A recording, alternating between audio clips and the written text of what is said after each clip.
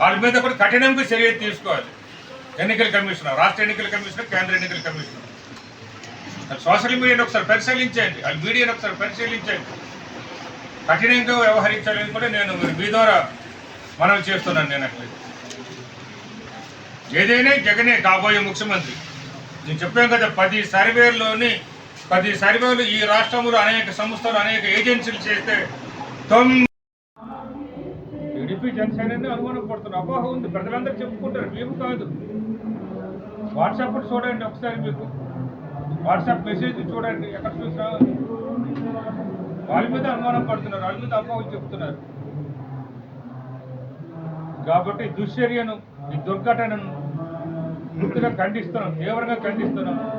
ముఖ్యమంత్రి గారి మీద హత్య ప్రయత్నం అంతే, మరి రాష్ట్రంలో ఎవరు తిరగలరు చెప్పనట్లేదు. కాబట్టి ఆ వికృత చర్యలు కూడా ఖండిస్తున్నాం. టీడీపీ వికృత చర్యలు కూడా ఖండిస్తున్నాం. సోషల్ మీడియా వచ్చి కోడికత్తెలకు ఎక్కిరిస్తున్నారు కాబట్టి ఆ సోషల్ మీడియా మీద కూడా చర్య తీసుకోవాలి ఎన్నికల కమిషన్. మానవత్వంతో స్పందించి సానుభూతి చెప్పాలి. సానుభూతి చెప్పడం